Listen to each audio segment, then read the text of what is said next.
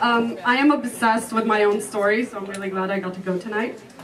When I was 11, I moved to Dallas, Texas, and yeah, I know, go Mavs. And I knew I wasn't going to be there for long. See, I was playing a long game where I was going to stay in Texas for a couple of years, move back to my hometown, and achieve instant popularity. How is this going to work out? Well, I'm originally from this town called Herzliya in Israel, the country. And when you're an Israeli kid and you move to the US for a couple of years and you come back, it's like everyone thinks you're cool, you're super worldly, you're like bilingual, you speak fluent English, which is really impressive.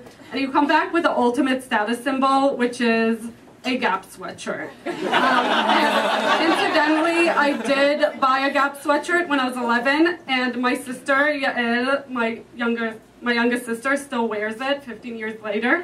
So I would like to use this public forum to say, Yael, throw away that fucking sweatshirt. It's hideous, it's disgusting, it's raggedy.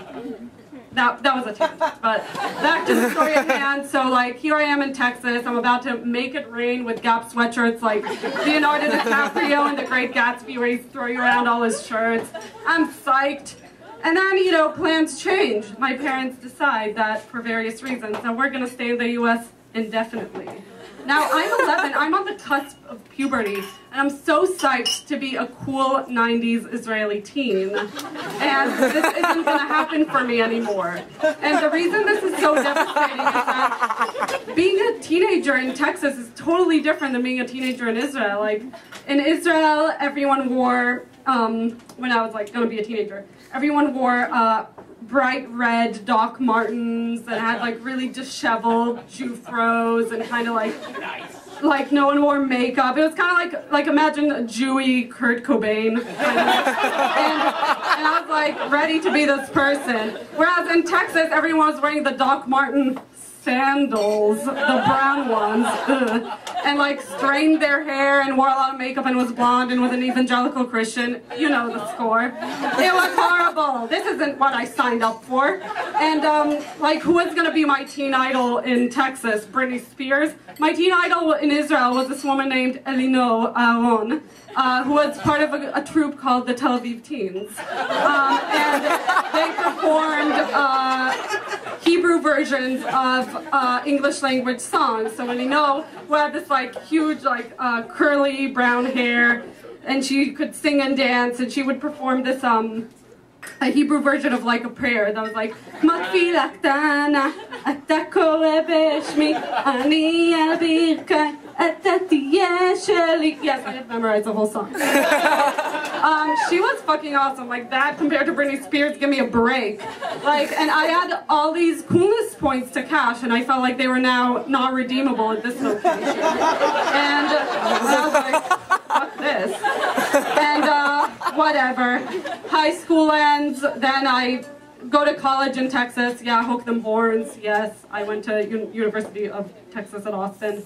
Whatever. I don't know anything about football. And I got my American citizenship, or as I like to call it, the Jew insurance policy. And I was like, okay, I can move to Israel now, except by this point, it was a little complicated, because I was like, am I really going to move back to Israel? I'm going to get all these subsidies for like being a Jew moving back to Israel, whereas like millions of Palestinian refugees are treated like criminals when they go there. Like, fuck this country. Am I Israeli? Am I American? Do I feel comfortable moving here? Who am I? Etc.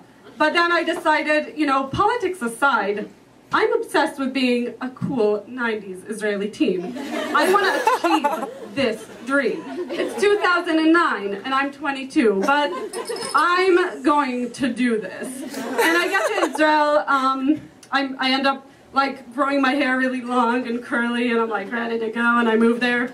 And it's not as exciting as I thought it would be. I like just work an office job and then I go home, I'm tired, I'm not just like smoking cigarettes all day on the beach like I thought I would. And it's also like pretty hard to make friends and be really cool because I'm just at the office all day.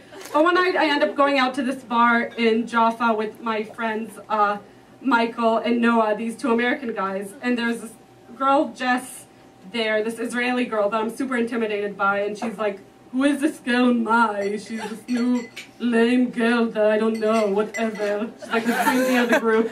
She's Israeli, she's not even half American, and I'm like, oh my god, I gotta be the cool Israeli teen to impress this girl. And suddenly all coolness just disappears because who's at the bar? Elinor Aron.